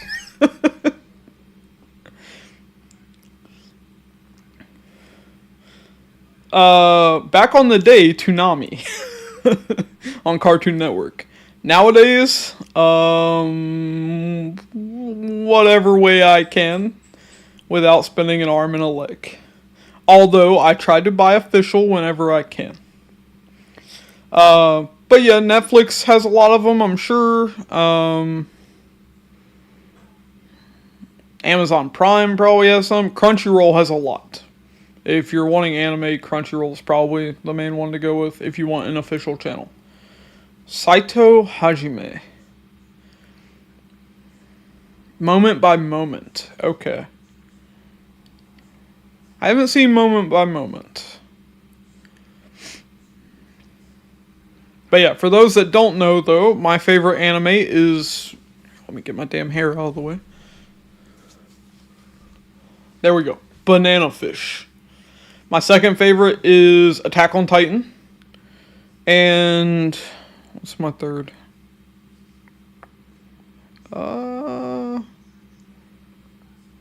What is my third? Hold up, can't remember. I'm hating myself for not being able to remember. Hold up.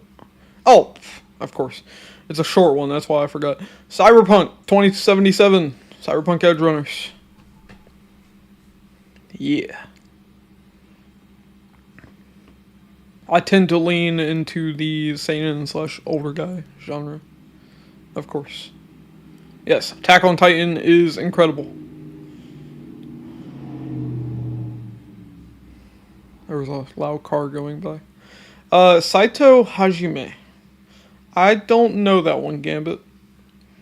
I don't know what Hajime means. Saito, I don't know. When you said Saito, I thought of Saitama from One Punch Man. I use an old Lenovo Legion Y720.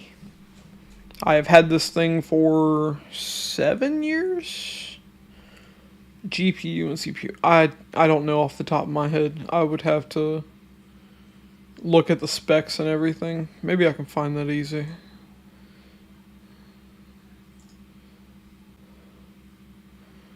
Intel Core i7 7700HQ. CPU at 2.8 gigahertz. There we go. Can you tell I'm not a techie? I'm not. I'm a gamer, I'm a geek, but the tech side, I'm not great. I'm mostly a system gamer, although I haven't updated my console gaming in a while.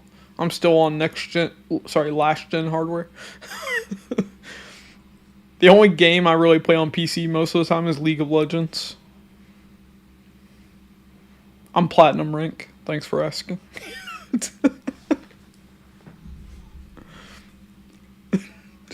I'm just joking.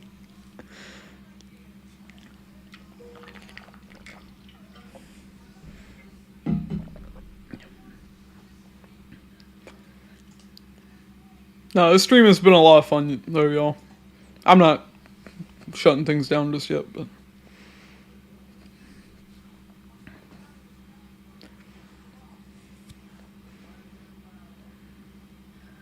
Any other questions y'all have, though?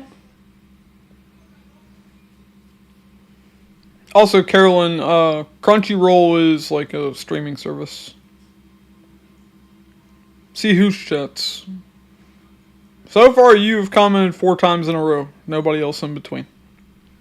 That I've seen.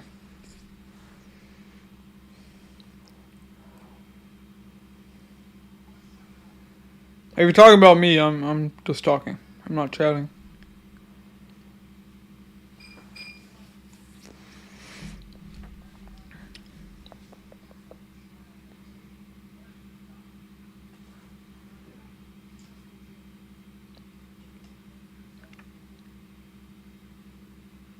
Yeah, chat is gone quiet, or it's lagging like hell. I don't know which. Okay, Nicole, do I see anything astrologically re-worldly events, e.g. astrologers think Ukraine-Russia is really going to escalate? Yeah, I do see things happening, of course. But I tend not to focus on worldly events. I will briefly mention them during slower moving, transits. Like I mentioned, Saturn's karmas through the nakshatras it's going to be transiting in when I did my Saturn transit video. To hear the others, just wait for the Jupiter transit video, the Rahu transit video, and the Ketu transit video. Rahu and Ketu will be one video. Carolyn, oh, okay, I didn't know that. No problem, Carolyn. I am happy to get more people into anime. There are tons of amazing movies and shows out there that a lot of people don't experience. And I've been watching anime since... How old was I? Maybe 8 or 9? So 98, 99? At the time, I didn't even know it was called anime. I didn't know those were called anime until I was 14, and some kid asked me if I had ever heard of Naruto. I was like, what's that? He was like, an anime. I was like, and then I learned I had been watching anime the whole time without even knowing it was called anime. It was funny. Okay. Gambit. What is mostly guaranteed during Saturn Mahadasha? Well, by itself, that's kind of hard to go on. You know, not much to go on, I mean. But, you know, what I just said kind of makes sense. Saturn shows hardship a little bit. It does show responsibility, primarily. It shows karma that you have to perform. Career becomes very relevant during Saturn Mahadasha. You will feel older.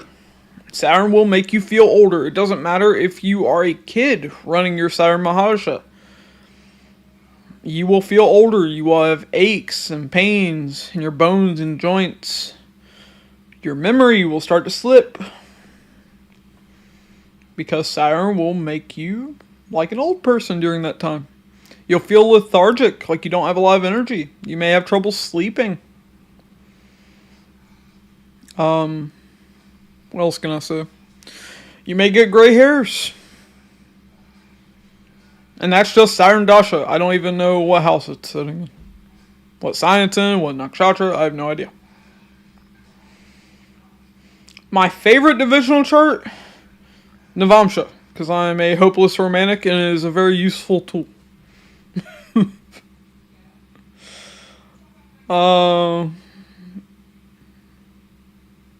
Carolyn, a lot of work being of service. I don't know what you mean by that, Carolyn. I have no problem answering questions. Oh, exhaust. Gotcha. Oh, you did, Gambit? Okay. Yep. I ran my Saturn Mahadasha when I was very young. And yeah, you know, all that stuff played out. Like I had cancer when I was 7 years old. My Saturn Mahadasha ran until I was 8, I think. So I experienced cancer. I experienced medical death from rolling seizures when I had cancer.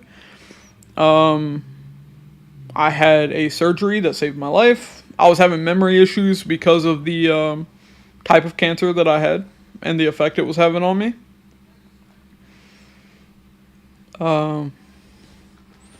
Yeah, I mean, Saturn Dasha, there's karma to be paid. Now, in my case, I made it through, but, you know, I have a lifelong disability after my Saturn Dasha. My karma I have to deal with. Now, career and work didn't really come into play, but I started going to school then. Saturn's my 9th lord of education, so. Yeah. Oh, and it sits in my 3rd house, also tied to learning. From the moon.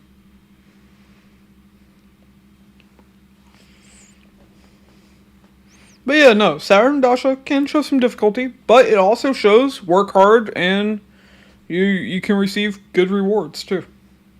Perform your karma, Saturn will reward you.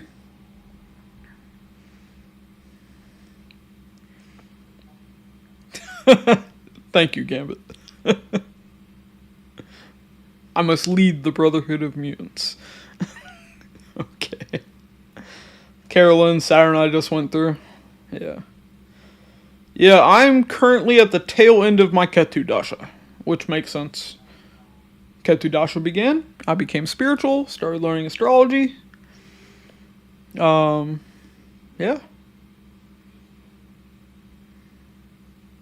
And I enter my Venus Dasha next year.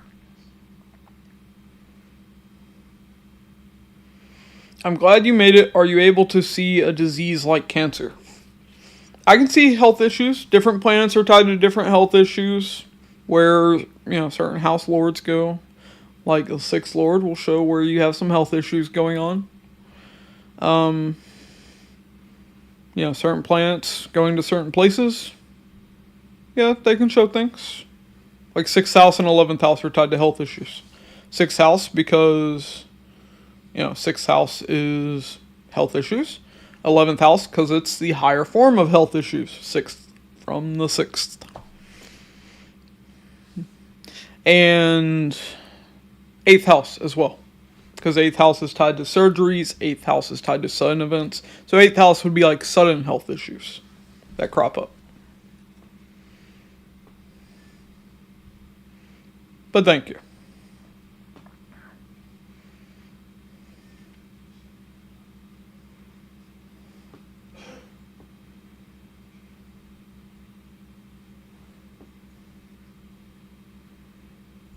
Yeah, I've been...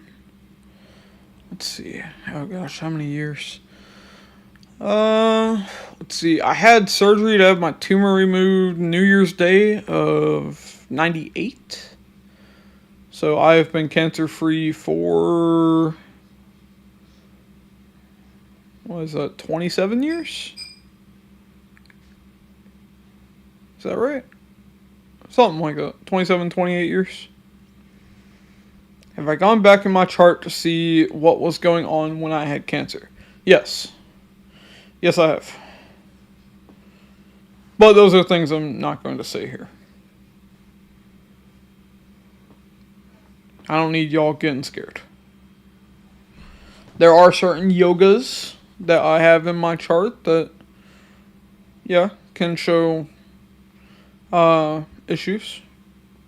Like dying by a certain age. And technically, I did die. I experienced medical death. I was flatlined for just over a minute before I was resuscitated.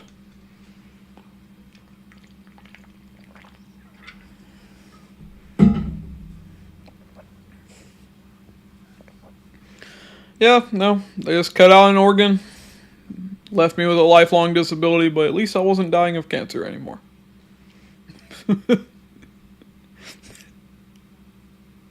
Bare minimum they could have done, I guess. I'm still a little salty about it, but it's my karma.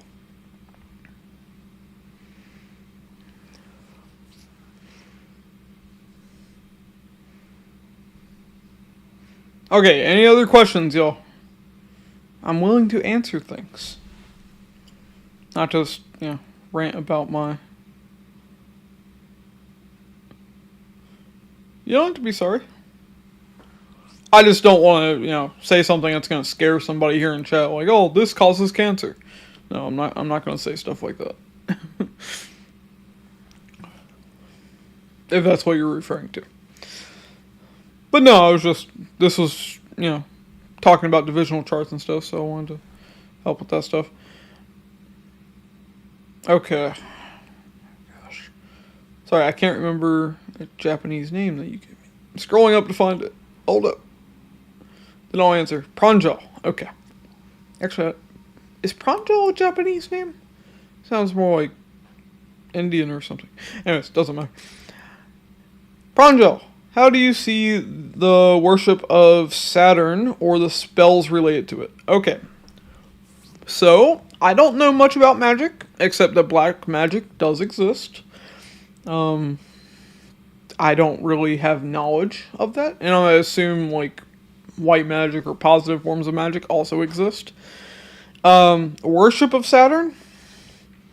I mean, you can worship planets, I guess. I don't. I view planetary bodies as kind of tools that implement karma. Yeah, I mean, it's kind of like how gravity has an effect on all of us, so too does planetary influence. Yeah. It's kind of just the universe doing its work. Okay, Gambit, Jupiter, Mars, Rahu in Leo in 7th. Anything special or not? Biggest theme of your life will be relationships, will be business, will be dealing with lots of people, the masses. Strong obsession towards relationships and business. Possibly even fame, because 7th house is 10th from the 10th. Higher form of fame and status But also, Jupiter is the heavy one, so relationships won't be particularly easy. With Mars and Rahu, there will be anger. Either your spouse will deal with anger, your business partner, your clients, or you'll have anger when it comes to relationships dealing with people in business. But Jupiter does bring some positive influence here. But Jupiter's aspect is much more benefic than where Jupiter sits, because Jupiter is the heavy one. You will feel that weight of responsibility in your relationships comes into play, and in business. Also, a negative with this is Jupiter loses directional strength, being in the 7th house, meaning wisdom no longer comes from you in your head. It's now coming from other people. Like me. You don't have that inherently. You have to derive that wisdom from other people. Nicole, so you would look at a Mahadasha ruling planet in all the charts. Only if a person wanted to know about those other areas of life. Like, I'm not going to look at the divisional chart of cars if a person's not wanting to get a car. But yeah. Vince, thank you for the super chat. Really appreciate it. What can I see when Jupiter and Saturn conjunct in the 2nd house? Sagittarius sign, Navamsha, divisional chart. Okay, so Jupiter and Saturn in the 2nd house in Sagittarius for a Scorpio ascendant in the Navamsha chart. Okay, well, first off, Scorpio ascendant in the Navamsha chart. Marriage transforms your life. Your life will never be the same after you get married. It will completely change the way your life is. Now, Jupiter and Saturn being in the 2nd house, biggest theme of your life becomes family and finances. And speech.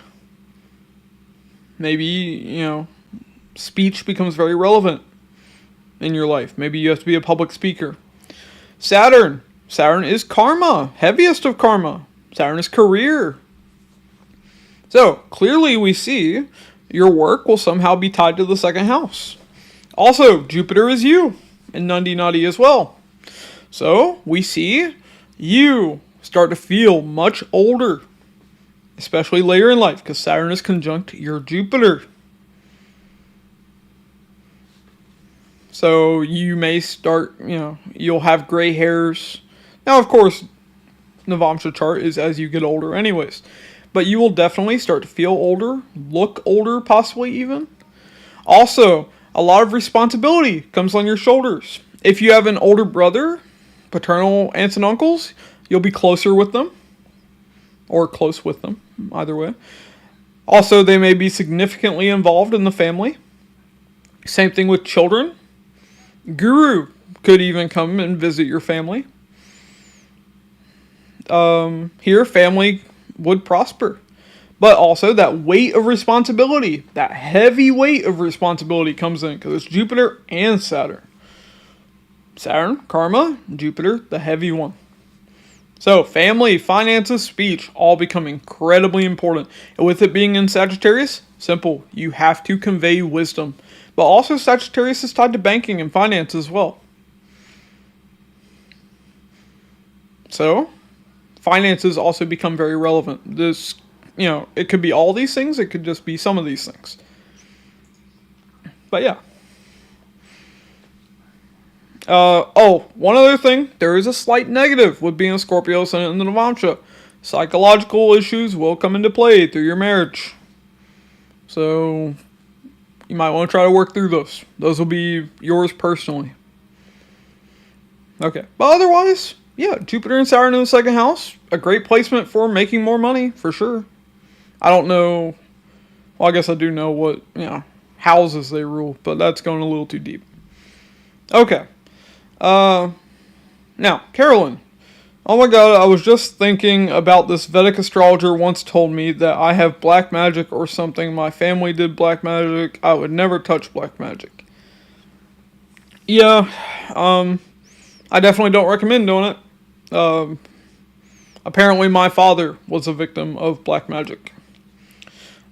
He became a paranoid schizophrenic in his mid to late 30s. which usually a person doesn't become a paranoid schizophrenic that late in life. Usually it takes place in like their late teens, early 20s. Apparently someone slipped something in my father's drink one day, and after that he was basically never the same. That's what I heard from his ex-wife and my older half-sisters. But yeah. Ashanti, a Leo native, got married for a second time at the age of 42. 2025 March, I think. First week. Will the divorce happen after Saturn Rahu Ketu transit? Is it good for married life? Okay, transits come and go all the time. Dashas are most important.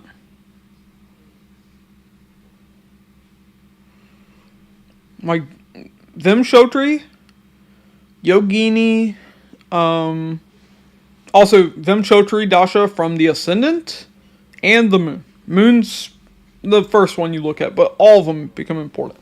Those three dashas, Vimshotri from the Moon, from the Ascendant, meaning the Moon's Nakshatra, the Ascendant Nakshatra, then Yogini Dasha, which I forget how that one's calculated, and then Charadasha, the sign-based dasha in Jaimini. These are the 4 dashas I use.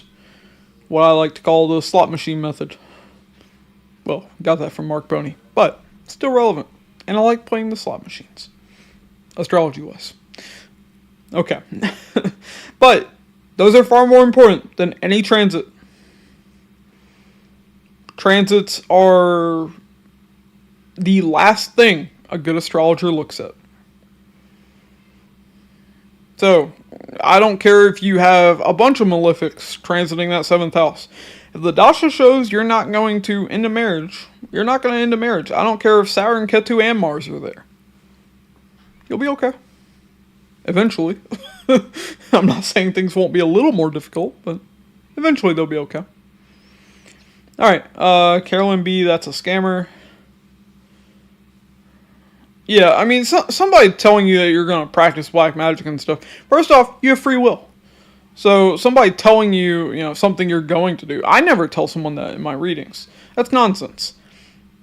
Now, don't get me wrong. I can see what you're most likely to do. And see, that's what the birth chart shows. It shows what is likely to be performed. What is likely to be done. But you have free will. You can change that. Okay.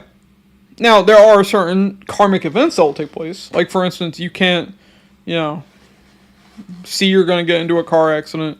You can try to do everything you can to avoid the car accident, but you may still get in a car accident. Because you don't control other people. The world at large. Okay, moving on.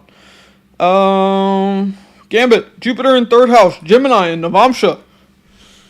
Well, first off, you can meet your guru through media. Nice to meet you, Gambit. Just kidding. I don't know if I'm your actual guru. But Jupiter in 3rd house, you have to convey wisdom through your communication. Biggest theme of your life becomes your 3rd house. 3rd house of younger siblings, communication, marketing, sales, writing, travel. Also, 3rd